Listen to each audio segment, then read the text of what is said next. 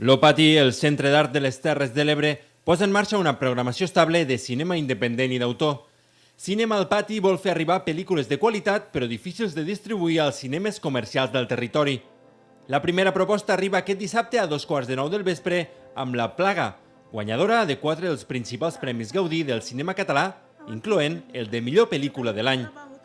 La projecció és gratuïta i comptarà amb la presència de la directora del film, Neus Ballús, i del seu productor, Pau Subirós. La pel·lícula parla de la crisi econòmica actual a través de la història de 5 persones de l'Extraradi de Barcelona que lluiten per sobreviure.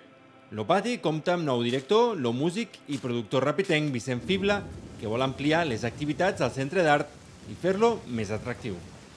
La meva idea és compaginar aquesta part més expositiva en una part més d'activitats que ja es venia fent, però una mica potenciar aquesta part, no? I aquesta idea d'apropar aquest equipament no físic, no només entès com una qüestió física de 4 parets que estan al mig amposta, apropar aquest equipament a la població, no? Que també s'ho puguen sentir seu. Però això no és només responsabilitat nostra, és responsabilitat dels dos, com totes les relacions.